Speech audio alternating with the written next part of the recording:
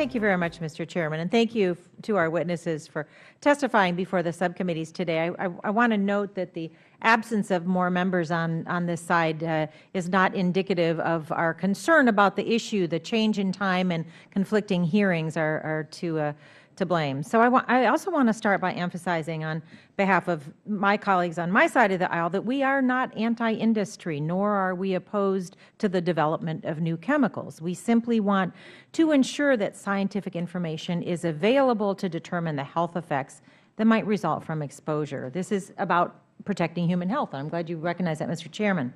The Integrated Risk Information System, IRIS, was intended to be a database that would provide a comprehensive source of best information on the health risks of chemicals. Approximately 700 new chemicals enter the market every year, joining about 85,000 industrial chemicals already in use. Companies that manufacture, distribute, or use these chemicals are not required to demonstrate that the chemicals are safe. When a company wants to introduce a new chemical, the company notifies the EPA, but the company is not required to share any data regarding the safety of that chemical. EPA cannot even request safety data unless it can show that there is a potential risk by pointing to available academic or industry data. It often takes many years before harms associated with the chemical can begin to be identified.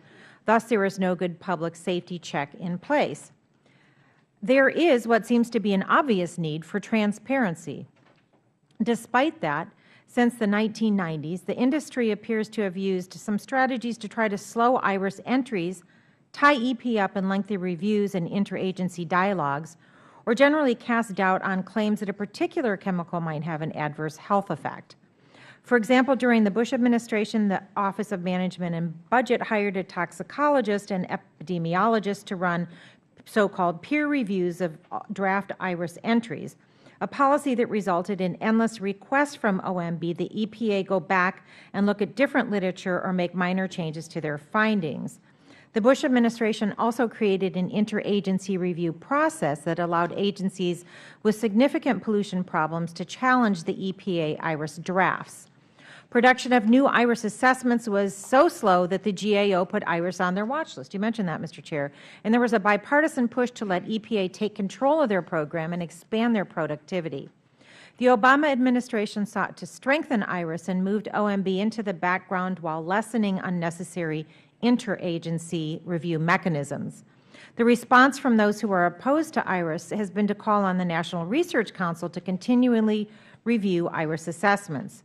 The NRC was drawn into IRIS several times prior to the 2011 formaldehyde review.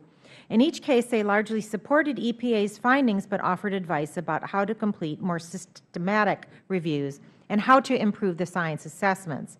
Invariably, the overall assessments of EPA's findings were lost in the noise about what the EPA did not do or could have done better.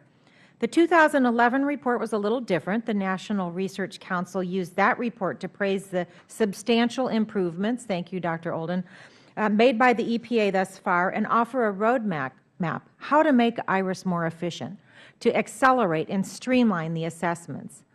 EPA embraced the advice of the NRC and, as the most recent report acknowledges, has made significant progress in putting into place the process reforms recommended in 2011.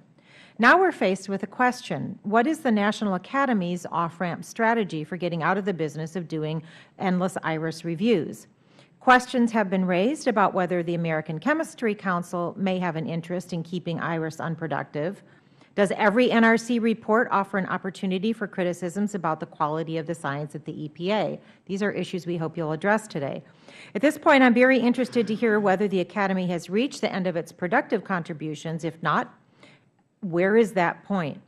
Frankly, the combination of the 2011 report, the new leadership at the Center for Environmental Assessment, which has focused on building a better relationship with industry, has had the effect of crippling IRIS rather than putting the EPA on a path to streamline production of IRIS entries.